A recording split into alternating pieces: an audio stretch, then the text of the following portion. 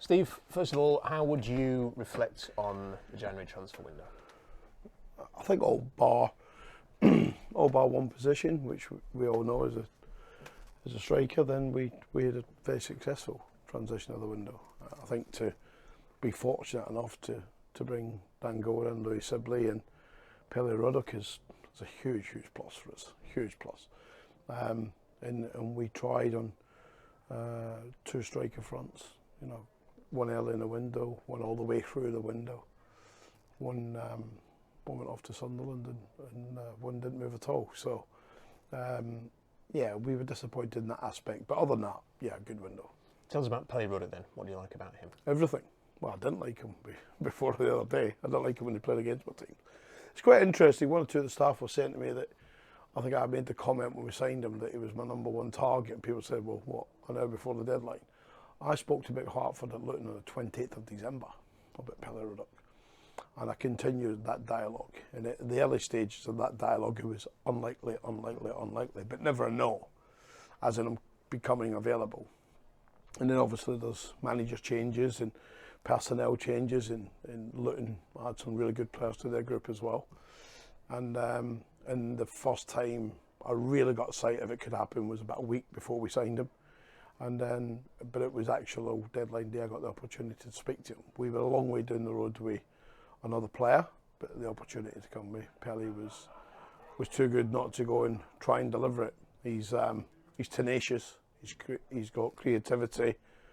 I'm not going to make the kid out he's a world beater, because he's certainly not a world beater, but he's for sure a good championship player, top end League One for sure. Have the new lads settled in well? We hope so. You never know until they're successful in playing. Pele trained for the first time with the group yesterday. We were all out there. He looked as good as what we expect him to be. He's fitted in well with the boys. It's interesting, Dan Gore didn't really know anyone before he walked in the building, apart from Reece James with a Manchester United connection. But he's a week in the building now and been on the pitch and successfully on the pitch against Birmingham. And then so we look at that, and young Louis in 2 weeks now, and quiet lad coming out his shell a bit more and becoming more like himself. He knows Jack Holmes really well from junior football before they've gone to this level. So we're in a good place with the new boys. Was there any late interest in any of your players? Any sort of offers or inquiries? People were talking about Cam Humphreys, for example. Did anything come in for him? Yes. So what was the situation? Well, the situation. The situation that the director of football contacts me and says we have interest, and are we open to a bid? I spoke to our chairman. Chairman asked me my thoughts, and I gave him my thoughts, and he said, "Well, tell Rob to tell them to go away. We're not interested." So that wasn't just Cam. There was two or three others. But two others in particular. So 3 players in total we had. It wasn't just deadline day, Rob. These things lead over a period of a week, 2 weeks. But it seems to obviously hasten up the nearer window goes, and perhaps other clubs are like us. We didn't get a Johnny Kennedy. We didn't get the Boy Dance. It just wraps up then how far do you go down the line to stretch what you've got. And of course we have the likes of Johnson due back any time, and he'll be a huge plus to us. So. And we can't forget JJ Akoda either, Coyote, who's in the building, so, and he's due back. So we're in a good place in terms of numbers. We just need those boys to get the quality out. And on the injury front, you mentioned Clark Harris there. So you're saying he's close. What's the news on Wilkes, McWilliams? I think within 10 days to 2 weeks, if nothing changed in that 10 days in terms of those players coming through, 5 players walk back into the training group. From the treatment room. They're on the grass now, but my insistence is that when they're coming back from these muscle injuries, then we rescan them and we do it properly to make sure that everything inside there, because the physio can't see through the leg. He can give an opinion, and what it tells us is is going to the extra detail. So these are not cheap. These are thousands a scan. And our chairman has to pay that. They say are normal when you have an injury, you have a policy, and you go and get a 1 scan. But this can be a second and a third scan for us to make sure those players are right. So within 10 days to 2 weeks, 4 or 5 of those players come back into the group. And then we got to hope that the bulk that's in the group now stay fit. What did you make of the performance the other night against Bradford? I think first half we were slow, we were laboured, all the ball. I probably count them less than fingers on one hand how many times they get out of the half in the first half. And then I think the second half we looked disjointed. We couldn't get it going. Physically, that's going to be tough after you mentally and physically you put into St Andrews and Birmingham City what we did. And I should have made more changes than I did to the team. But people realise when I've got 3/4 youth team players in the squad, then it tells you we were very limited with it going down total youth team. So if it'd been happening next week and we didn't have Kelly and Numby suspended as well, we'd have been in a good place. Did you think it was a further example of something you've talked about before, whereby you've had very good performances? You mentioned Birmingham, obviously Charlton's another a good example there. You know, when you've played these difficult opponents and the players have raised the game, and then yet it's a League Two opponent. And I don't know if they raise the game, Rob. They play to a level they're capable. That's what I would describe it as. Or subconsciously you think, well, I don't need to play at that kind of level, I can get away with it. And that's a dangerous thing to have in football at all levels of the game. You know, people talk about the demise in terms of where they are in the league table, winning trophies that Manchester United have had in the last few years. But the standards set with Sir Alex were so high that you hear the legends of Manchester United talk about. I heard a brilliant podcast by Rio Ferdinand the other day on the BBC where he just talks about the standards had to be maintained whoever you played. If you played a car park in Austria, a five-a-sides, that Manchester United team had to display that type of attitude that says they want to win more than anything. So we perhaps subconsciously come down a bit for that, but rather than look back, we're not a management team or a club for looking back. Look back, learn quickly, and move on. And we have 18 games left to force ourselves into that top group. Are we capable?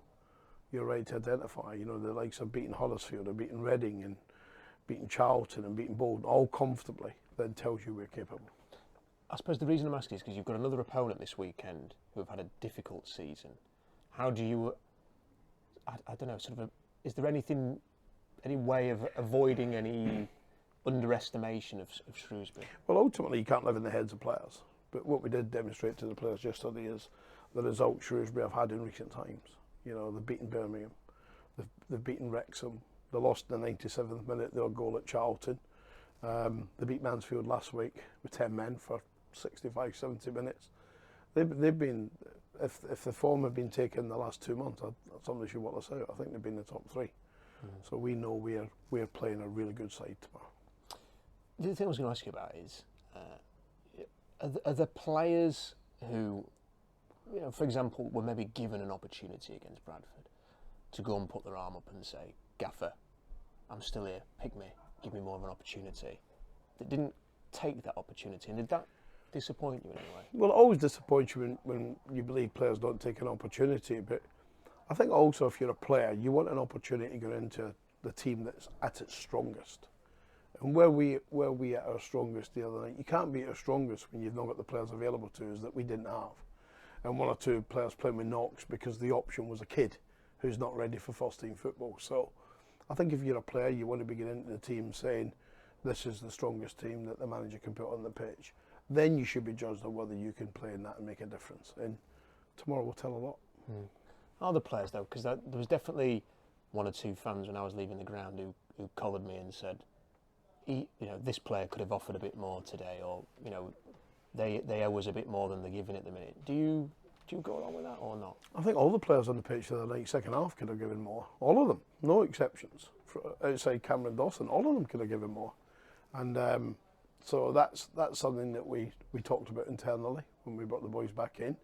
Some hands went up in acceptance, and but you know and I know the best thing in the world for any manager to get players playing at the top of the game is strength and depth in your squad. Somebody ready to take your position.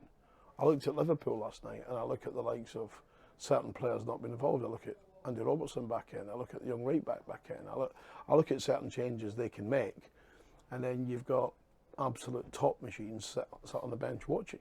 So those kids coming in, and Andy Robertson's not a kid, he's a young man I know very well, but he did speak to me last week and say, when I get my chance this season, I have to go in there and play at my level best, or I don't go back in because of competition.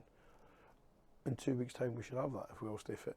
Steve, a couple on the window. With the interesting Cam, was that Championship level, League One level? Sorry? No, League One. Yeah, League One. Yeah, League One. Yeah, where were you on deadline day evening? Were you down at New York? Pretty cool.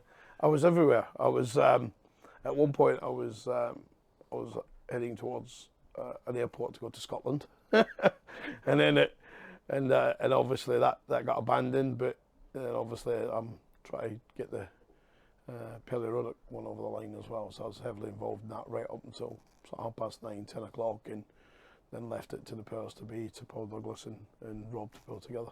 How disappointed were you to miss out on that strike? Because Yeah, very. The Celtic lad in with the Celtic family. Well, I just think I've seen the kid out in Ireland a couple of times before I joined the Millers, and he's one that I said if he ever became available, I'd like to work with him. And Brendan was true to his word. If he comes out, he would come to us. And the one thing I like about Brendan Rodgers, he's honest as a day is long. There's one or two of them not. He's honest as a day is long, and he stuck to that. But their desire to get a striker in, they sold a striker for a lot of money, top striker in Kyogo, and they had plans to bring someone in. They just couldn't get it over the line, and sometimes you're at the back end of that. So Dan, firstly, welcome to the Millers. It's the first time we've had a chance to chat since you joined. How have you found your first week here? No, it's been really enjoyable. I've enjoyed it. Just settling in. But yeah, it's been good. Have all the lads in the dressing room made you feel welcome? Yeah, all the lads are top. Like, they've really made me feel welcome here. So yeah, buzzing. Obviously, as you were just speaking off camera, probably didn't expect to get on at St Andrews so early, but certainly made an impact. Yeah, it's one of them, like, you don't expect to get on, but you just got to be ready for it, and luckily I was, so, which I always should be, so yeah, I was buzzing that I made an impact in the game. Some baptism of fire as well in front of 30,000 people at St Andrews as well. I mean, what was that like to come into?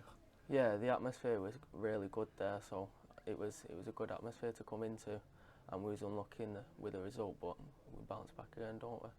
And yeah, as you say, the team performed really well on the day as well. I mean, yourself, you managed to get on the ball in the middle of the park. It was sort of, even in defeat, it was an encouraging performance from the team.